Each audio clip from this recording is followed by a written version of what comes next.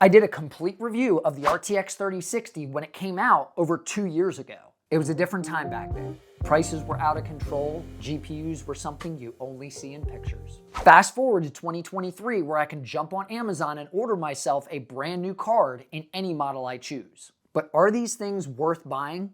Let me help you with that.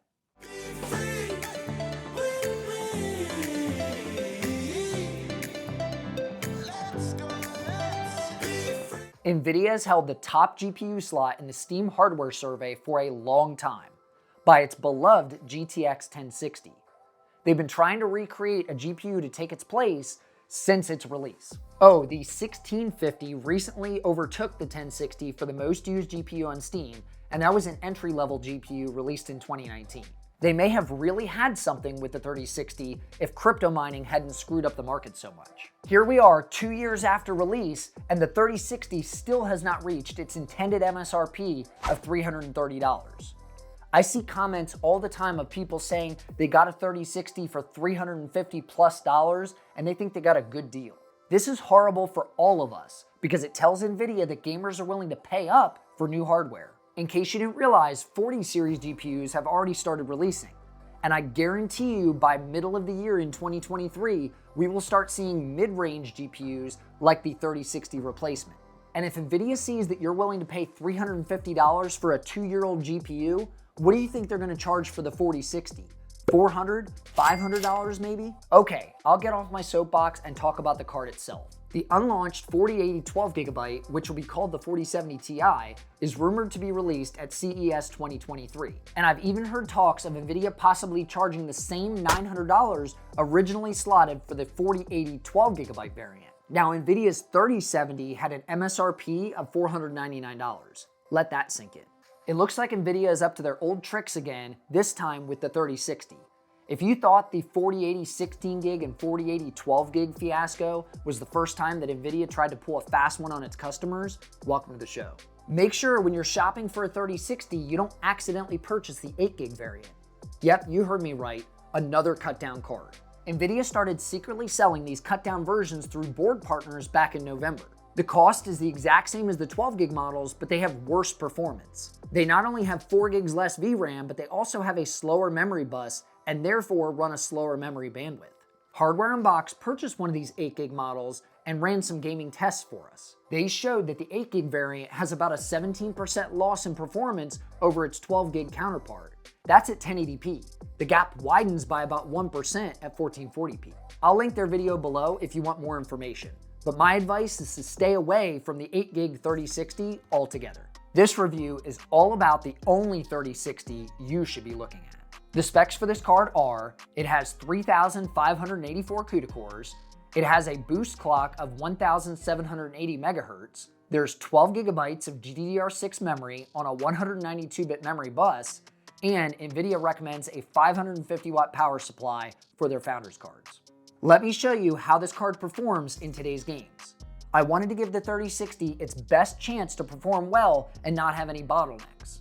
The test bench I decided to use for this was a build I recently put together for Call of Duty Warzone 2.0.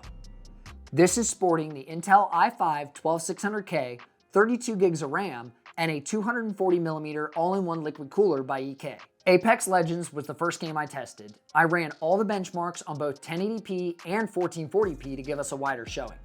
I maxed out the settings for Apex except for spot shadows. That was one tier down from maxed. In 1080p, the RTX 3060 achieved 157 FPS average with a 144.41% low. Bumping the resolution up to 1440p dropped the average frame rate down to 123.5 with 86 as the 1% low. One of the major selling points for NVIDIA's 30 series cards is ray tracing and DLSS support. Apex has neither of these features, so let's look at some titles that offer this. Fortnite recently released a huge update to their game utilizing Unreal Engine 5. It looks incredible and totally changes the feel of the game. At least for me it did. But can the aging 3060 keep up with these demands? I ran 3 different configurations for the next 3 games. I ran one at native rendering, another one using DLSS, and a third using DLSS and ray tracing. Because honestly, if you're going to be using ray tracing, you should definitely enable DLSS as well. All tests were using the auto set feature for graphics quality since many gamers follow that boot up and play method. At native 1080p, Fortnite ran 105.4 FPS average with 62.4 for the 1% low, and 72.1 with a 46.51% low at 1440p. Enabling DLSS, which was set to 60% scale for both resolutions, nets 169.2 FPS with 97.1% low at 1080p, and 125 with 77.6 for 1440p. As soon as you enable nanite and set lumen effects on high, which includes ray tracing, the average FPS for 1080p tanks to 76.6 with 47 as the 1% low. And at 1440p, you see 63 FPS average with 45.4 1% low.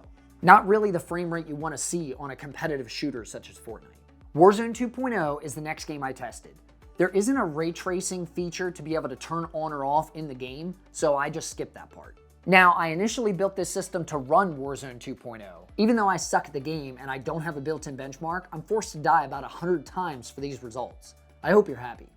At native resolution, the 3060 runs 98 FPS average and 57.3 1% low at 1080p.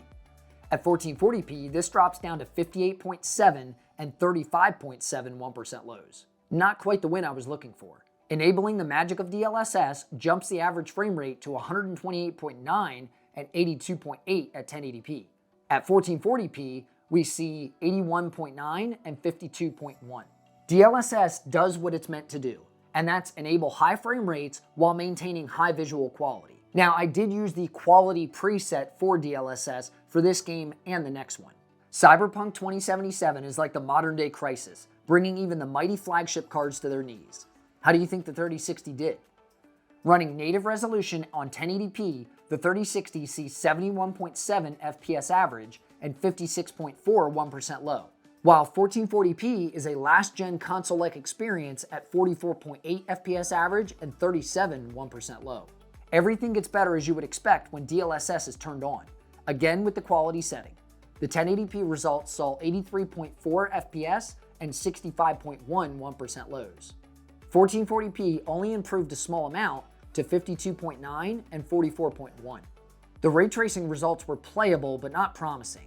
1080p achieved 52.3 average FPS and 44.6 1% lows, with 1440p seeing 36.3 and 27.6. That was a lot of benchmarking for only 4 games. In fact, I actually recruited my son to help me out with some of the benchmarking, but he's on winter break, so he doesn't have anything else to do anyway. The final question of the day is the 3060 worth your hard-earned money? Well, I'm going to say that in a 2-part answer, yes and no. I say yes because, as performance shows, it is a very capable card even on the most demanding titles, at 1080p. On ultra settings in Warzone, it achieved 100 FPS, so you could run things on high or medium and easily see 144 or even 165. Now, I don't recommend the 3060 even as a 1440p GPU, since its frame rate wasn't really impressive even with DLSS. Also, I don't suggest you use ray tracing with this card. At least don't expect good performance from it.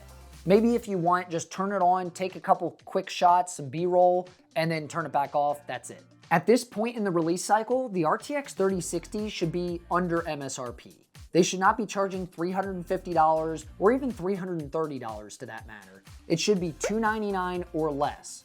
I mean, we're talking over 2 years since it released. I recommend to you, if you're shopping for a 3060, pick up something like AMD's RX 6650 XT.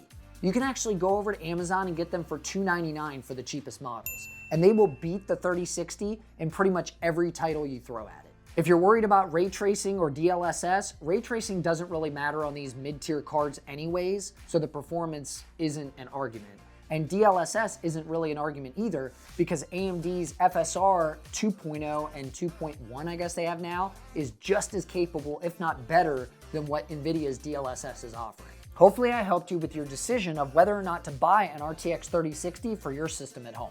And if I did, make sure you give me a like down below and subscribe for more PC-related content. And as I always say, I'm Danny with Danny's Tech Channel, and I'll see you in the next one.